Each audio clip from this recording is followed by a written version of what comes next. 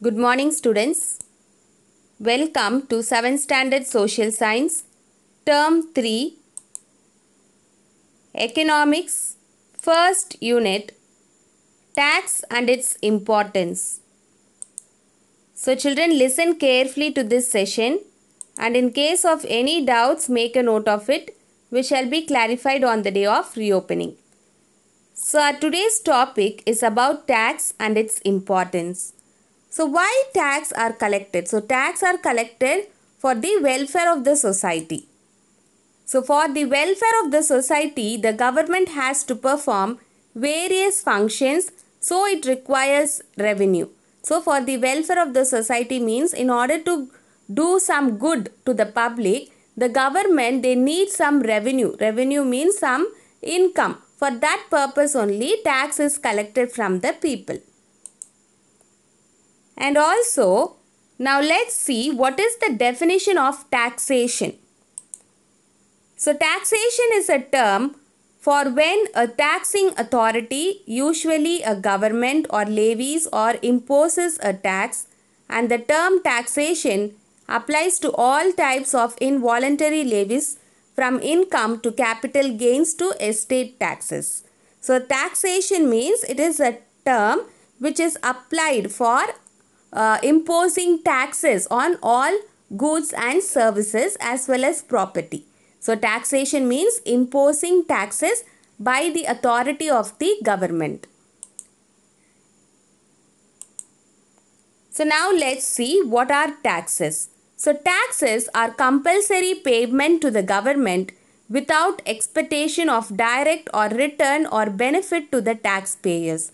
So, the taxes are the compulsory payment, and it is a fundamental duty of a citizen to pay the tax to the government.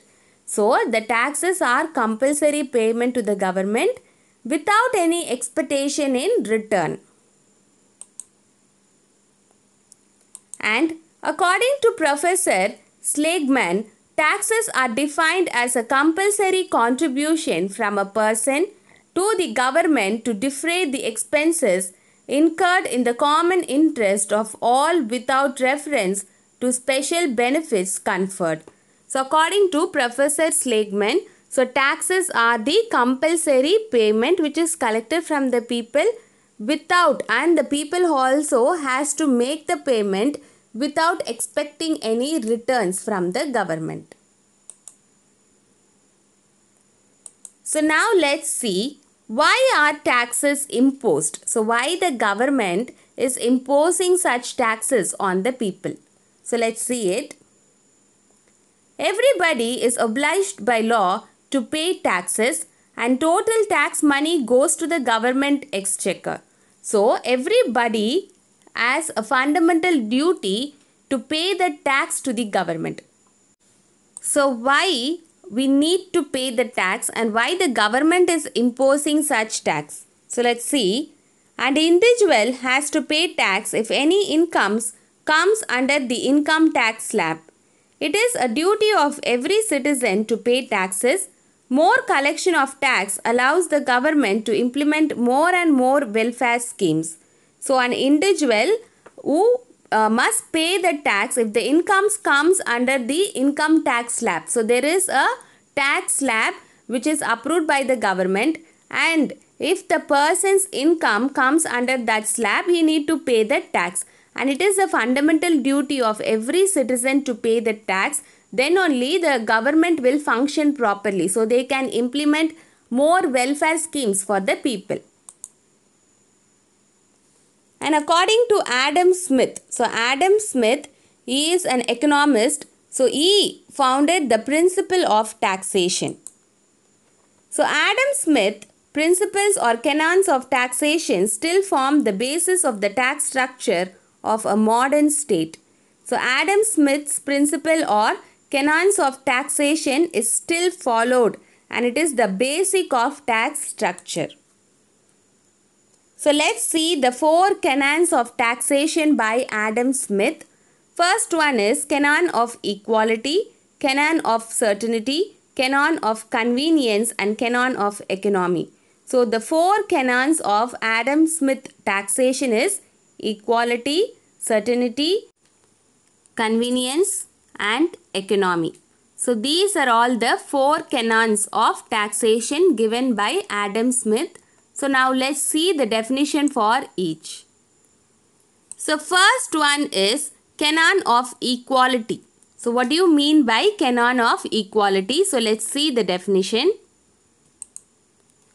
The government should impose taxes in such a way that people have to pay accordingly to their ability.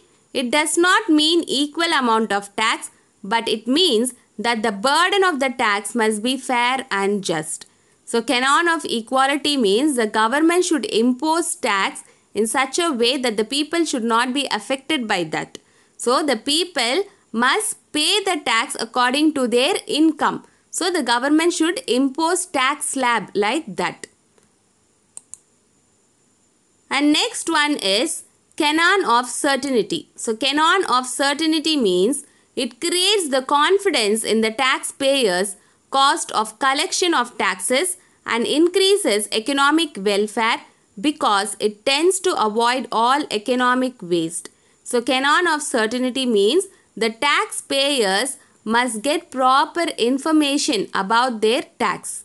So canon of certainty means the government must provide proper information to the taxpayers about the tax details.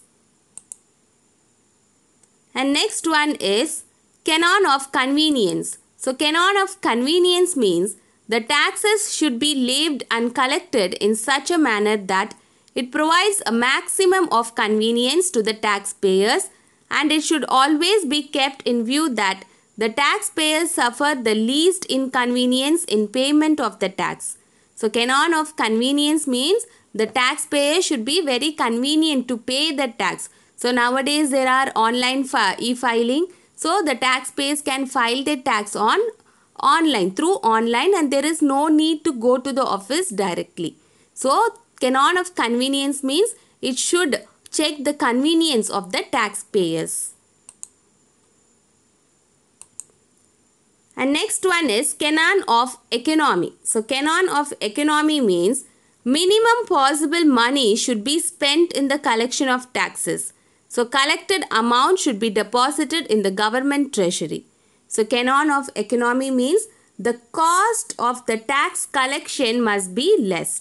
So the cost for the tax collection process must be less. So that is the meaning of canon of economy. So minimum possible money should be spent in the collection of taxes, and the collected taxes must be stored or deposited in the government treasury. So now let's see the taxation types. So the types of taxation. So there are 3 different types of taxation. So the taxation types are 3, classified into 3. First one is progressive tax system, and second one is proportional tax system, and third one is regressive tax system. So first one is progressive, second one is proportional, and third one is regressive. So let's see the definition for each. First one is proportional tax. So the proportional taxation is a method where the rate of tax is same regardless the size of the income. So the proportional tax, it is a method where the rate of tax is same regardless of the income. So the tax amount realized will vary in the same proportion as that of the income. So the tax amount will vary. So proportional tax means the rate of tax is same for all. For example, the sales tax. It is same for all regardless of the income. The proportional tax will remain same. So proportional tax means the rate of tax will be same regardless of the income. Regardless of the income, the tax will be same. For example, the sales tax. And next one is progressive taxation. So progressive taxation is a method by which the rate of tax will also increase with the increase of income of the person. So progressive taxation means it depends upon the income. So the rate of tax will increase if there is the increase in the income. For example, the income tax is a progressive taxation. So next one is regressive taxation. So regressive taxation means low income individuals paying a higher percentage of their income on taxes than high income individuals. So regressive tax is a tax applied uniformly, taking a larger percentage of income from the low income earners than from high income earners. For example, the property tax or the registration tax are the example of regressive taxation. So now let's see the importance of tax. So what are the importance of tax? So without taxes, government would be unable to meet the demands of their society. So without tax, there will be no revenue for the government to function. And taxes are crucial because governments collect this money and use it to finance under the following social project. So the taxes are very crucial because the government collect this for using it for the social project. So let's see what are the projects where the government invest money. So first one is health department. So first one is health department. Without taxes, government contributions to the health sector would be impossible. So without getting tax from the people, there will be no contribution from the government side to the health sector. And taxes go to the funding health services such as social health care, medical research and social security, etc. Next one is educational department. So the government use the tax money for the development of education. Education should be one of the most deserving recipient of the tax money. Government put a lot of importance in the development of human capital and education is central in this development. So the government, they collect taxes and they use it for the development of education department. And next one is governance. So governance means the administration. So let's see it. Governance is a crucial component in the smooth running of the country affairs, that is the administration of the government. Poor governance would have far-reaching ramification on the entire country with a heavy toll on its economic growth. So if the government is poor, that is if the administration is poor, it will show effect on the economic growth of the country. So the government, they need money to run the administration or to run the government. So now let's see the other important sectors where the government impose the tax money are the infrastructure development, transport, housing, etc. And also apart from these kinds of social projects, government also use the money collected from taxes to fund sectors that are crucial for well-being of their citizens such as security, scientific research, environmental protection, etc. So apart from the social projects such as health, education and governance, the government, they also invest the money collected from the taxes in security, scientific research, environmental protection.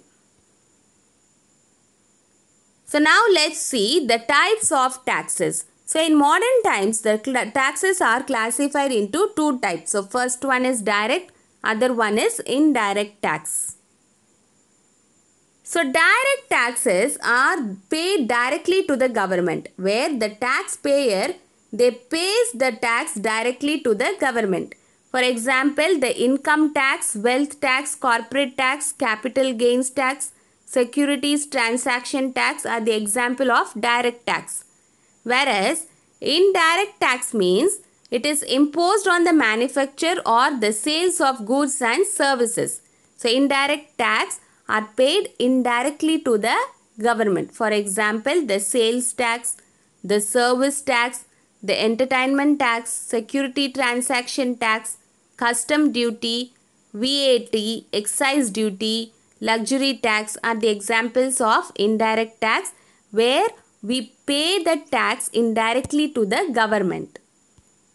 So let's see the definition of direct tax.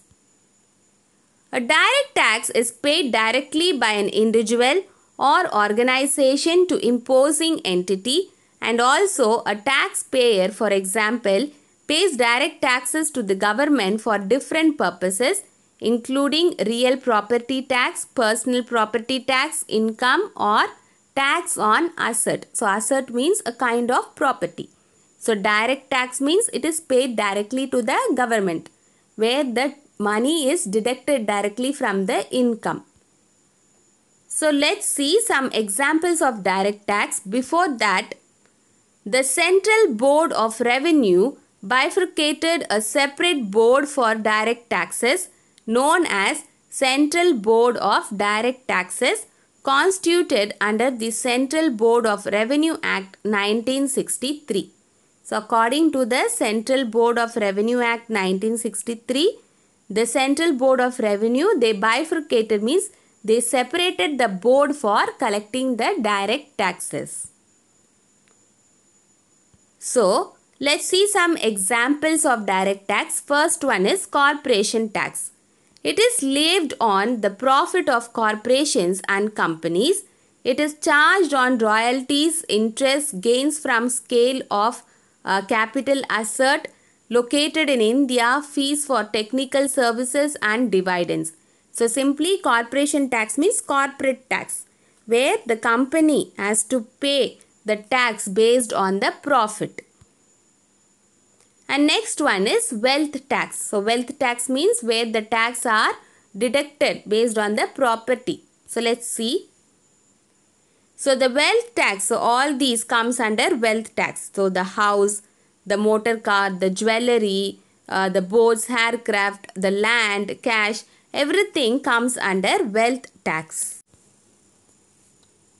So wealth tax is imposed on property of individuals depending upon the value of property, and the same property will be taxed every year on its current market value.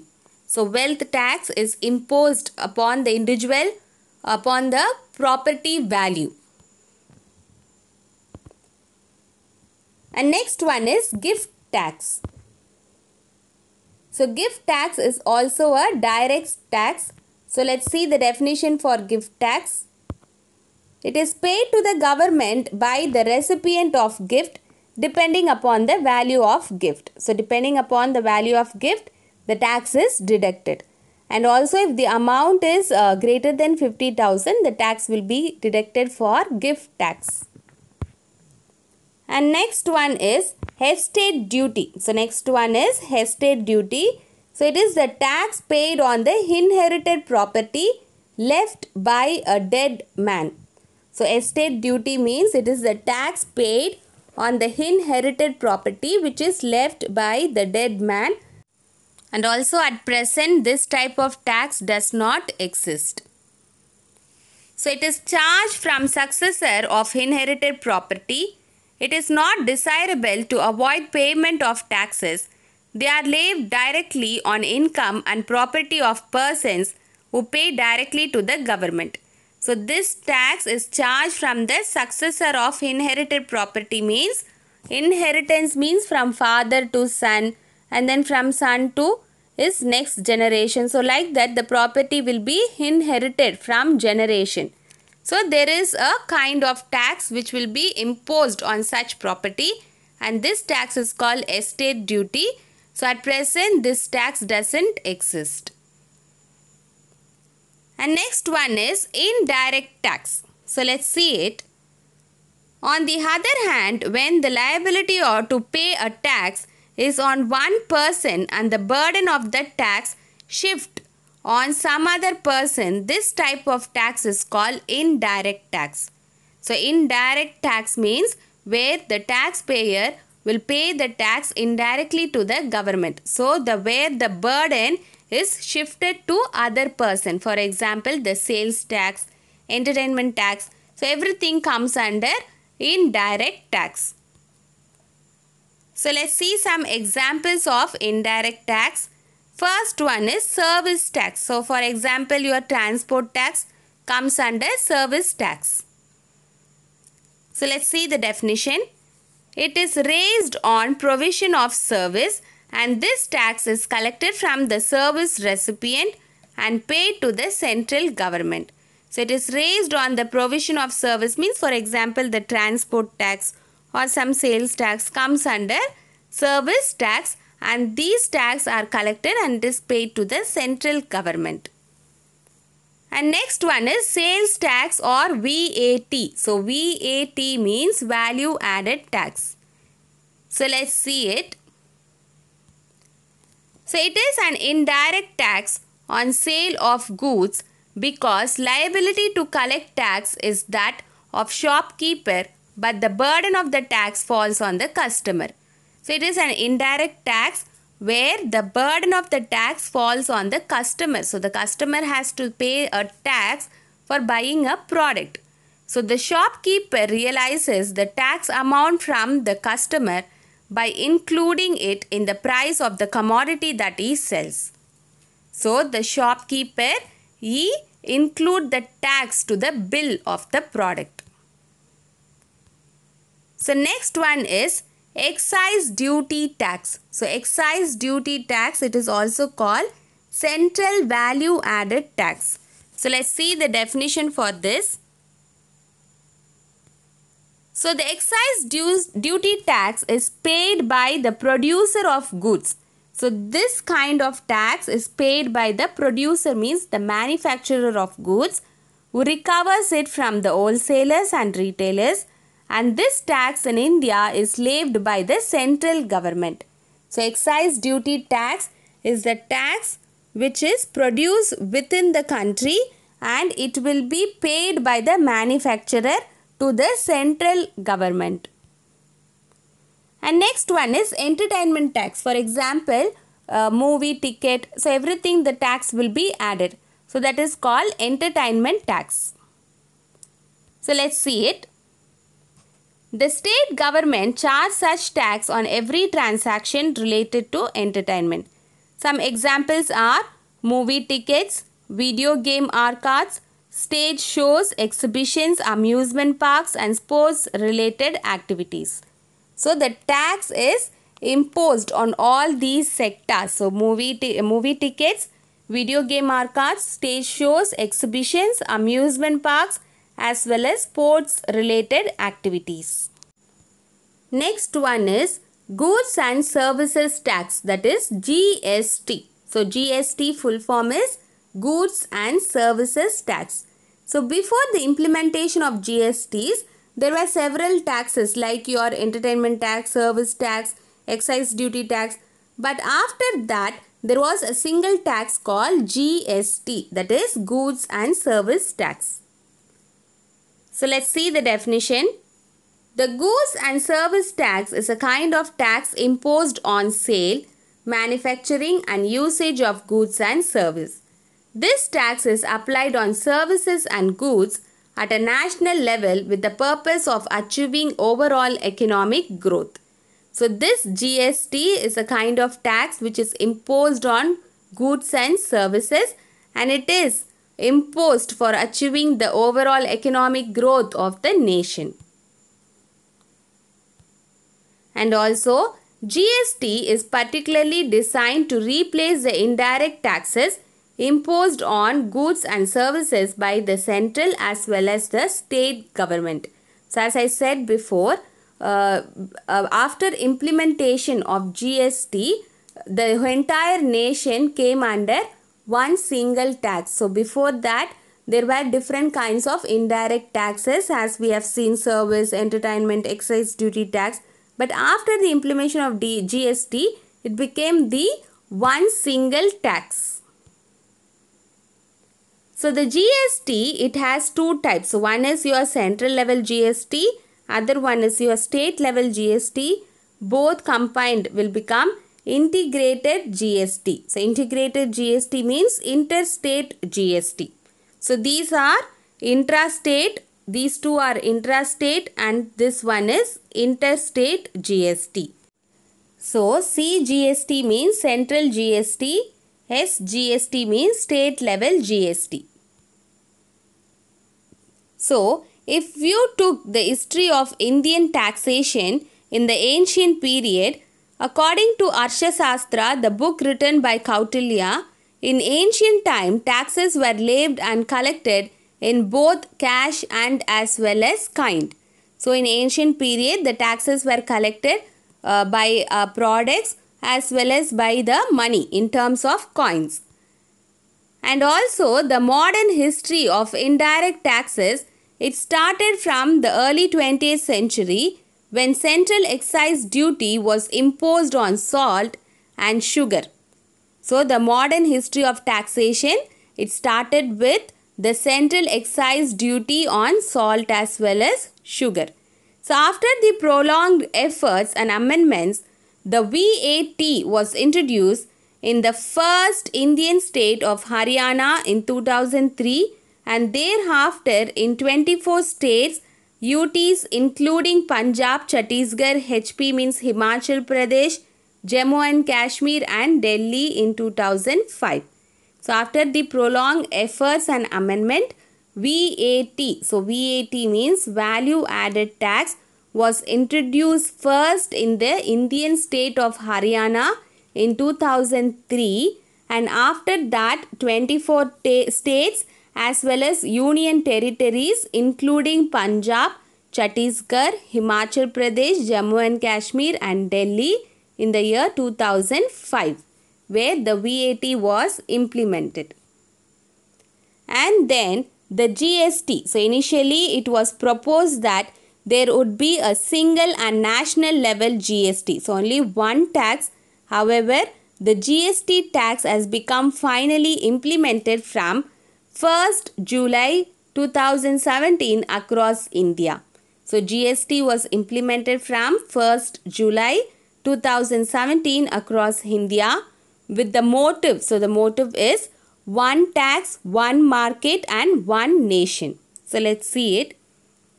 The goods and services tax, that is GST, is the tax on all the goods and services that we buy. So the goods and services tax is the tax which is imposed on all the goods and services which we buy. And it has two parts. So as we have discussed earlier, central goods and services, that is CGST, and state goods and services, that is SGST. So GST is one tax, one market and one nation, which was implemented on 1st July 2017. It has two central as well as state level GST. So for example, let's take two cases. The value of the product, that is the price of the product is rupees 100 and in the bill if there is SGST of 9% means rupees 9 as well as CGST of 9% means rupees 9. So total the rupees is 118 rupees. So the value of the product is 100 and the state level GST is 9 rupees, central level GST is 9 rupees. So 9 plus 9 is 18, which is added to the value of the product and it makes 118. So in the bill, the GST is 18% and it is divided equally as 9% for central and the state governments. So therefore, rupees 9 will go to the Tamil Nadu government and another 9 rupees will go to the central government. So this is how the bill should be read. So now let's take another example. If a seller in Tamil Nadu sells a commodity to a buyer in other state. So if a seller in Tamil Nadu, he sells a commodity to a buyer in other state, for example Karnataka, it is called interstate trade. In case of interstate trade, the bill will be given as below. For example, the value of the product is 100 and the GST, that is IGST, will be 18%. When you add to the product value, it will become 118 rupees. So 18 rupees will go to the central government. The central government, it will take the 9 and send other 9 to the Karnataka government. So this is how the IGST works. For example, if the seller in Tamil Nadu, he sells a product to a person or a buyer in another state. For example, let's take Karnataka. So this will become IGST. In that case, the IGST is 18%, means it will be added to the product value and the total will become 118, and this 18 rupees will be sent to the central government, where the central government, it will take 9 rupees and the remaining 9 will be go to the Karnataka government. So this is how IGST works. So there are 5 slabs of GST. So there are 5 slabs. So the tax is divided into 5 slabs. For example, 0%, 5%, 12, 18 and 28. So 0% is for grains, 5% for commonly used items, 12 is for standard items, 12 and 18, and 28 is for luxurious item. So let's see the slab. 0 to 5% means it includes fish, dried vegetables, sweet potatoes, like that. 5% to 12% including idli dosa batter and some coconut coir products. 5 to 18 including the fly hash brick, like that, brick items. 12 to 18 pasta, cotton, jute, handbag. So all these comes from 12 to 18. And then 12 to 28% wheat grinder, tanks and some vehicles. Then 28 to 18 chocolate, shampoo, detergents. So all these. So this is how the slab works. So there are 5 different slabs: 0, 5%, 12%, 18%, 28%. You just keep only this in mind. 0 means for some grain related items, 5% commonly used items, 12 and 18% for standard items, and 28% for luxurious items. Next one is toll tax or road tax. So let's see it. The toll tax or road tax is a tax which you often pay to use any form of infrastructures developed by the government. So the toll tax is a tax you often pay to use any form of infrastructure developed by the government. Example, the roads, bridges, etc. And also the tax amount levied is rather negligible, which is used for maintenance and basic upkeep of a particular project. So the toll tax, the tax which is collected for the usage of roads and bridges, and the tax money which is collected is used for the maintenance of the road or any projects. And next one is Swachh Bharat Cess. So Swachh Bharat Cess is applicable from 15/11/2015. So it was implemented on 15/11/2015. So let's see it. This is a cess imposed by the government of India and was started from 15th November 2015. So this program was started by the government of India on 15th November 2015. So according to this program, this tax is applicable on all taxable services and the cess currently stands at 0.5%. Swachh Bharat cess is levied over and above 14% service tax that is prevalent in present time. So this program is mainly used for construction of toilets. And also the main aim for this Swachh Bharat cess is to improve the sanitation in urban as well as rural areas. So now let's see the distinction between the direct as well as indirect tax. That is the difference between the direct and indirect. So direct tax, the burden cannot be shifted by the taxpayers. So the individual person, they have to pay the tax individually. Whereas indirect tax means easily be shifted to another person. For example, the sales tax, entertainment tax, where the manufacturer can shift the burden to the consumers. And next one is tax is imposed on personal income and corporate income. So the direct tax is imposed on the property as well as the salary. Whereas indirect tax, it is imposed on the goods and services. And third point is direct tax has no inflation pressure. So inflation pressure means the slab will be fixed, the tax rate will be fixed. Whereas the indirect tax, it has inflation pressure. Sometimes the tax will be increased or sometimes the tax will be decreased. And next one is the tax and incidence are the same in case of direct tax. So the tax and the tax rate are same, whereas the impact and the incidence are different in the case of indirect tax. Direct tax is less elastic. So less elastic means it will not change, whereas indirect tax are more elastic means it will change. For example, if the product value is increased means the tax will automatically increase. So now let's see the need for tax and people's welfare. So what is the connection between the tax collection and the welfare of the people? So let's see it.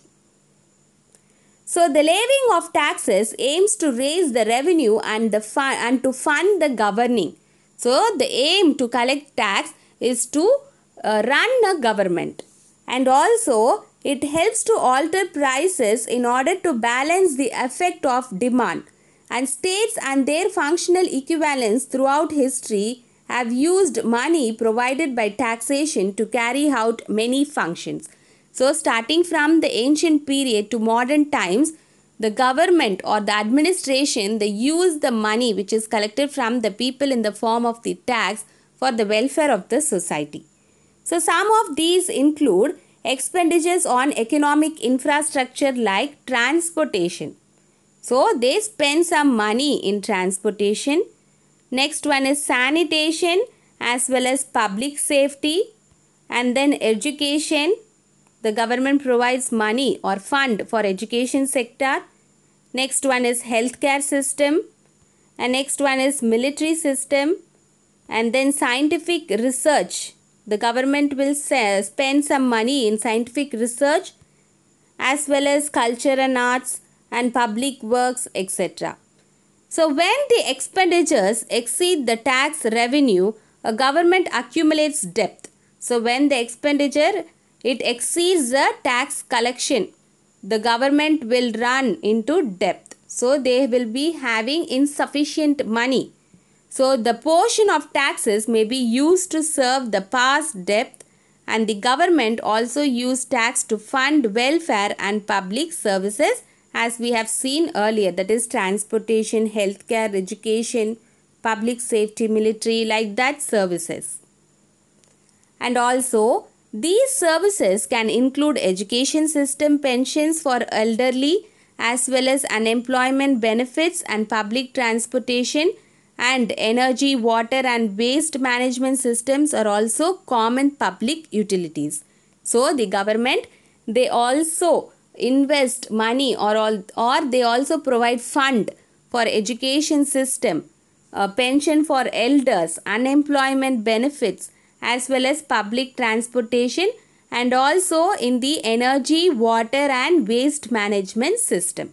So this is why the tax is collected from the people, and mainly they use the tax money for the welfare of the society. So I hope you are clear with today's session. So with this video, economics first unit, that is tax and its importance, is completed. So today's topic are covered in your textbook pages. So refer your textbook pages starting from page number 208 to 216. So now it's time for questions. So let's see some evaluation questions, and in case of any doubts you can go through the whole session video once again, or else you can refer your textbook. So let's see some questions. So first one, which term is used for when a taxing authority, usually a government, levies or imposes a tax? So what is the term? Next question, what is the method where the rate of tax is same regardless the size of the income? And third one, what is paid to the government by the recipient of gift depending upon the value of gift? And fourth one, tax burden cannot be shifted by taxpayers. So what kind of tax it is? And finally, indirect tax is what kind of elastic?